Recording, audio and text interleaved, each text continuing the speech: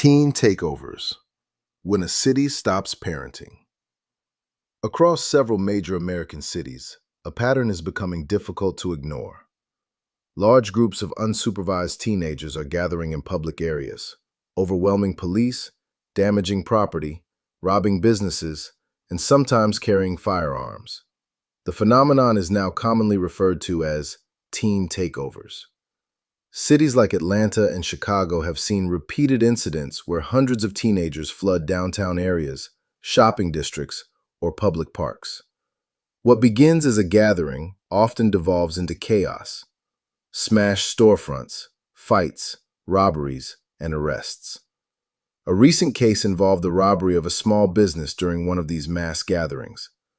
In another incident, police responding to a takeover recovered multiple firearms and detained several minors. This is not random misbehavior. It is organized disorder. And now city leaders are scrambling to contain it. The return of parental accountability. One of the most controversial responses is coming from Ray Lopez, who has introduced an ordinance aimed squarely at parents. The proposal would hold parents legally responsible if their minor children are involved in criminal acts during these takeover events. Possible consequences include financial fines, mandatory counseling, community service requirements, legal liability for property damage. The logic is simple. If a child is committing crimes at midnight downtown, someone failed in supervision, and that someone might need to answer for it. Cities historically avoided this approach because it raises difficult questions about poverty, family structure, and enforcement. But the scale of the current disorder has forced policymakers to reconsider a once taboo idea. In Atlanta, authorities have already begun arresting some parents whose children were involved in violent incidents. Targeting the organizers. Another strategy focuses on the people who coordinate these events. Many of these gatherings are not spontaneous. They are promoted through social media, group chats, Instagram stories, and viral posts telling teenagers exactly where to meet. Police in Atlanta are now considering charging organizers in the same way cities prosecute people who organize illegal street racing. The reasoning is straightforward. If you plan the chaos, you share responsibility for what happens next. That means potential criminal charges for the individuals who use social media to rally hundreds of minors into crowded areas where police cannot easily maintain control.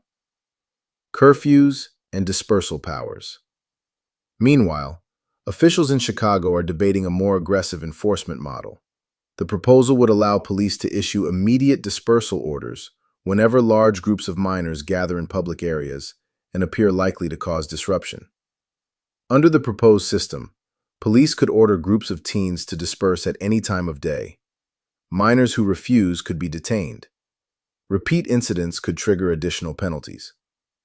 Supporters argue that law enforcement needs the ability to break up crowds before violence begins, not after. Critics say the policy risks over-policing youth gatherings. But city leaders are facing increasing pressure from residents and business owners who are simply asking one question: who is protecting the city? The political timing. Here is where the story becomes uncomfortable. For years, many officials downplayed rising youth crime, fearing accusations of being too aggressive on law enforcement. But now, with elections approaching and public safety polling at the top of voter concerns, cities are suddenly proposing stronger policies.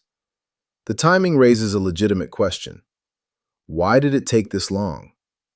Residents have been reporting these incidents for months, sometimes years.